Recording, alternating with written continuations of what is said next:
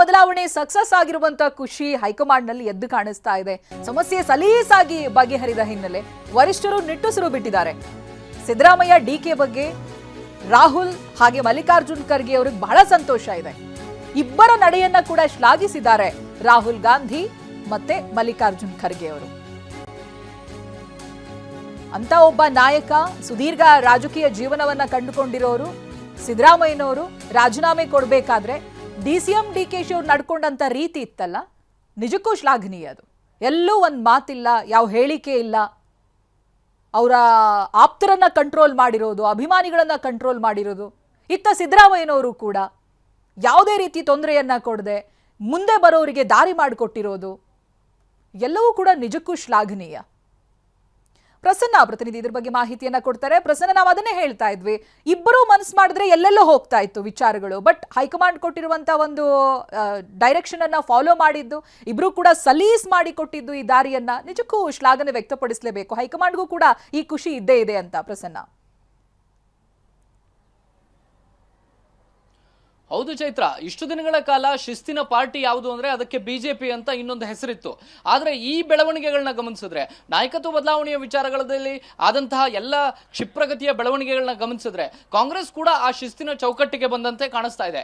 ಯಾಕೆಂದ್ರೆ ಹೈಕಮಾಂಡ್ ಈ ಎಲ್ಲ ವಿಚಾರಗಳಲ್ಲಿ ಒಂದು ಆತಂಕದಲ್ಲಿ ಇದ್ದೇ ಇತ್ತು. ಎಲ್ಲೊಂದು ಕಡೆ ಸಿದ್ದರಾಮಯ್ಯನವರು ತನ್ನ ಹಠಮಾರಿ ಧೋರಣೆಯನ್ನು ಏನಾದರೂ ತೋರಿಸ್ತಾರ, ನಾಯಕತ್ವ ಬದಲಾವಣೆ ವಿಚಾರ ಬಂದಾಗ ಅಧಿಕಾರ ಹಂಚಿಕೆ ಸೂತ್ರವನ್ನ ತಾನು ಪಾಲನೆ ಮಾಡಲ್ಲ ಅಂತ ಏನಾದರೂ ಸಿದ್ದರಾಮಯ್ಯನವರು ಹಠ ಮಾಡಿ ಕೂರ್ತಾರ, ಅಥವಾ ಇನ್ನೊಂದಷ್ಟು ಶಾಸಕರನ್ನ ಬೇರೆ ಬೇರೆ ರೆಸಾರ್ಟ್ಗಳಿಗೆ ಕಳಿಸಿ ಹೈಜಾಕ್ ಮಾಡುವಂತ ಕೆಲಸ ಏನಾದರೂ ಆಗುತ್ತಾ? ಈ ರೀತಿಯ ದೊಡ್ಡ ಮಟ್ಟಿಗಿನ ಆತಂಕಗಳು ಕಾಂಗ್ರೆಸ್ನ ಹೈಕಮಾಂಡ್ನ ಸಣ್ಣ ಪುಟ್ಟ ನಾಯಕರನ್ನು ಕೂಡ ಕಾಡಿದ್ದು ಸತ್ಯ ಮತ್ತು ವಾಸ್ತವ. ಆದ್ರೆ ಈ ನಾಯಕತ್ವ ಬದಲಾವಣೆ ವಿಚಾರದಲ್ಲಿ ಅಧಿಕಾರ ಹಂಚಿಕೆ ಸೂತ್ರವನ್ನ ಸಿದ್ದರಾಮಯ್ಯನವರು ಪಾಲನೆ ಮಾಡಿದ ರೀತಿ ಮತ್ತು ಅದೊಂದು ಅಧಿಕಾರ ಹಂಚಿಕೆಯ ಸ್ಮೂತ್ ಟ್ರಾನ್ಸ್ಫರ್ ಹೈಕಮಾಂಡ್ ನಿಜಕ್ಕೂ ಖುಷಿಯಾಗೋ ರೀತಿಯಲ್ಲಿ ಮಾಡಿದೆ.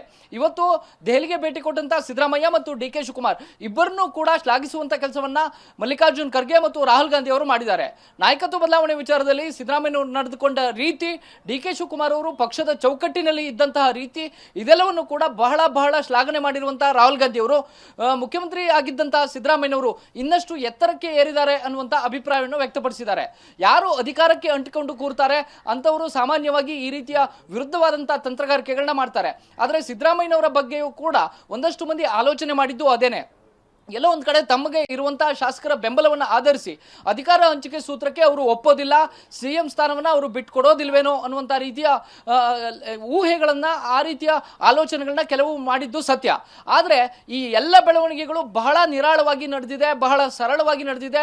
CLP ಸಭೆ ಒಂದು ಮುಗಿದ್ರೆ ಸಾಕು ಅನ್ನುವಂಥ ರೀತಿಯ ವಾತಾವರಣ ಕಂಡು ಬರ್ತಾ ಇದೆ.